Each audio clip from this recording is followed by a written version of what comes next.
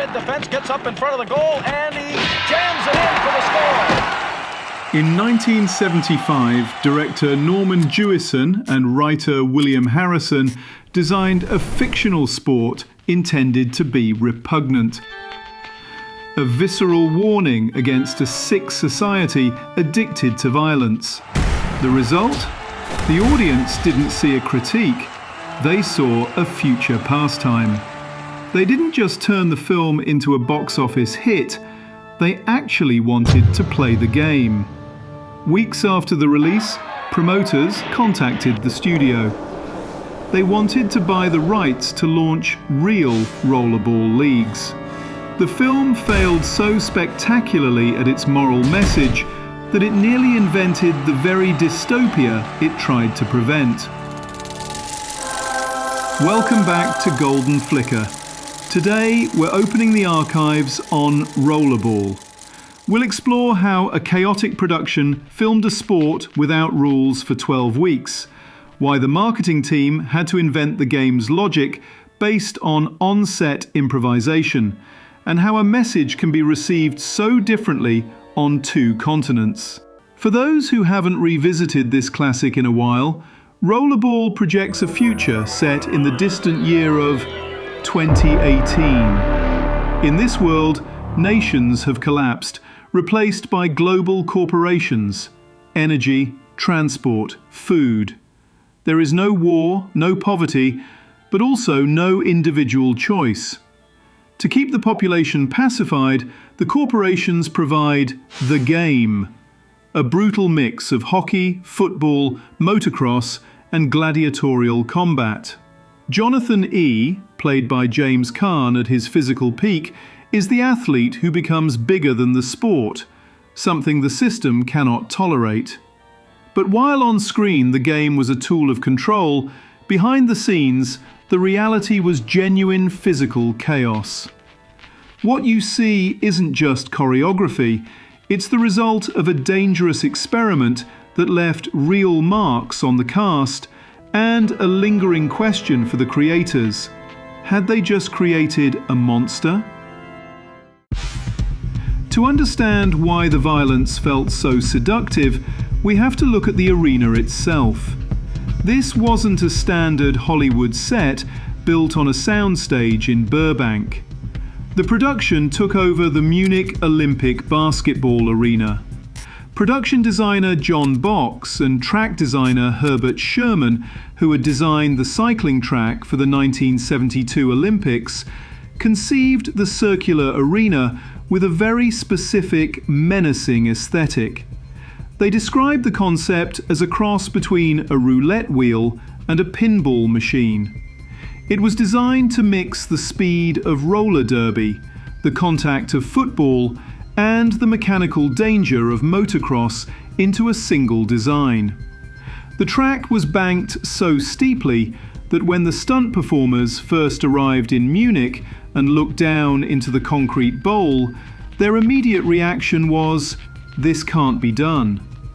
It was so intimidating that stunt coordinator Max Cleven had to physically crawl to the top on his hands and knees just to assess the incline. This authenticity is key.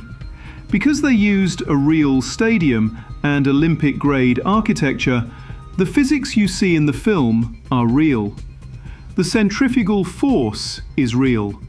And, as the actors would soon find out, the concrete was very real. There is a fascinating inversion in how Rollerball was made. Usually, a sports movie begins with a rule book, so the actors know what they are playing. Rollerball did the opposite. Director Norman Jewison spent the first 12 to 16 weeks of production simply shooting the game footage without a clear set of codified rules. The team built the game through trial and error, day after day, on that concrete track. They filmed the chaos first and then worked backward to construct the narrative logic. This created a nightmare for the studio's publicity department. When United Artists prepared the press kits, They realized they couldn't explain the movie because no one officially knew how the game was played. It's very difficult to invent a game. The marketing team had to assemble rule sheets from scattered notes and on-set improvisations just to help journalists understand scoring, penalties, and substitutions. This chaotic atmosphere extended to the creative control of the film. William Harrison, the author of the original short story Rollerball Murder, later complained that Jewison gradually lost control of the shoot to James Caan. Caan, channeling the intensity of real athletes, began inventing his own lines and reshaping scenes. According to Harrison, by the end of production, much of the original scripted dialogue had been discarded. The stuntmen, who formed a tight bond with Caan, allegedly began demanding and improvising their own dialogue as well. The lunacy of the game was bleeding into the reality of the production. The physical toll of this trial and error approach was immediate. On the very first day of shooting, the stunt performers sustained severe abrasions and contusions, graphically described by the crew as huge strawberries. At the end of the first day, there were more asses and thighs with huge strawberries on them. The production had to immediately order motorcycle levers and hockey pads because the track was literally chewing them up. It wasn't just scrapes. There were broken hips in rehearsal, dislocated fingers, and constant concussions. Jewison was reportedly terrified throughout the entire production that someone would be killed. He repeatedly warned the cast to slow down, but the competitive energy of the game took over. The skaters would grab the spring-mounted loops on the back of the motorcycles to whip themselves around the track at speeds that made collisions inevitable. The exhaustion was palpable.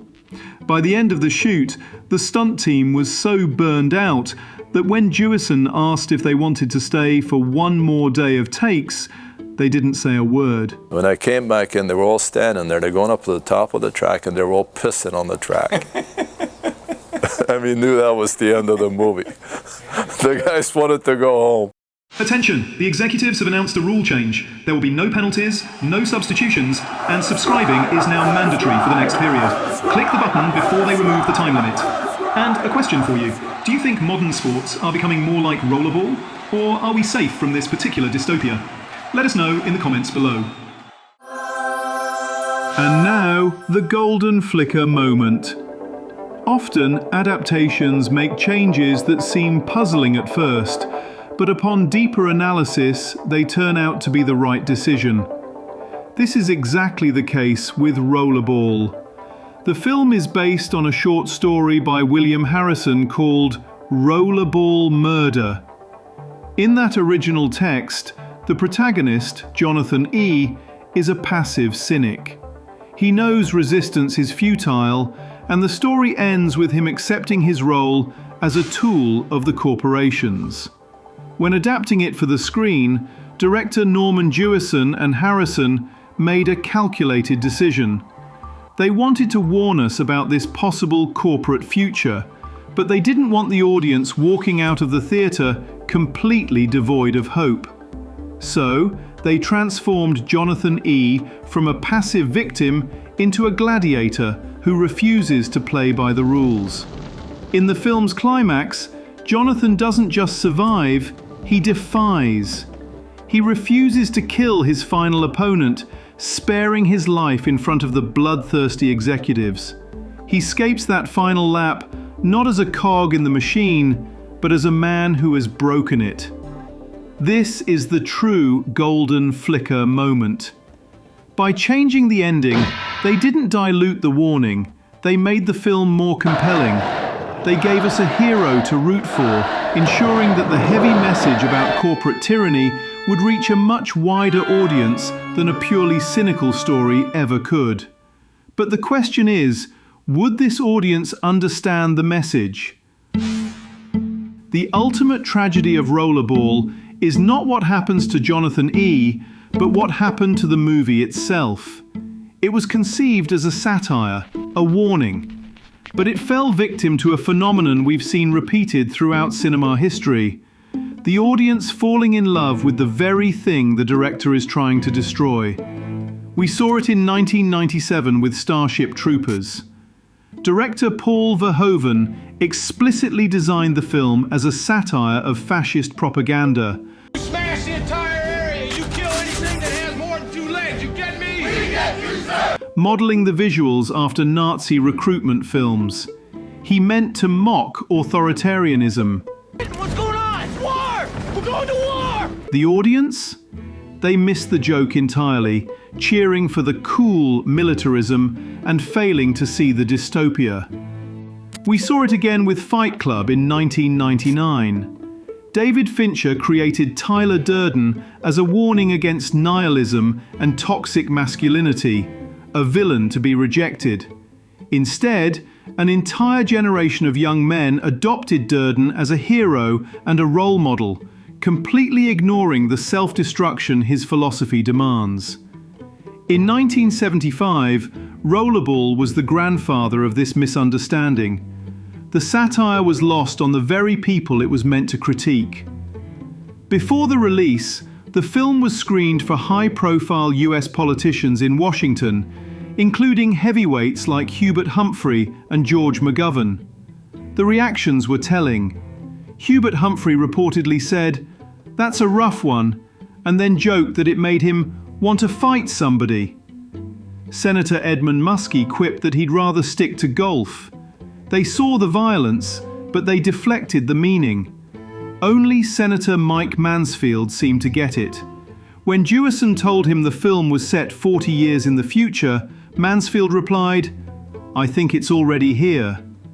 But the general public? There was 2 different responses to Rollerball when it came out. One was in Europe and the other in America. In Europe, the press and audiences treated Rollerball primarily as a thematic, intellectual film. That film played for 1 year in the same theater in France. It was a huge hit in Europe. And engaged deeply with the politics of the story. In America, however, the reaction was visceral. In America, everybody wanted to play the game. The audience was captivated by the spectacle. The game was designed so well that viewers wanted to play it. Jewison noted that American audiences wanted the track to be a reality in their sporting life. This enthusiasm for the game itself leads us to the ultimate irony.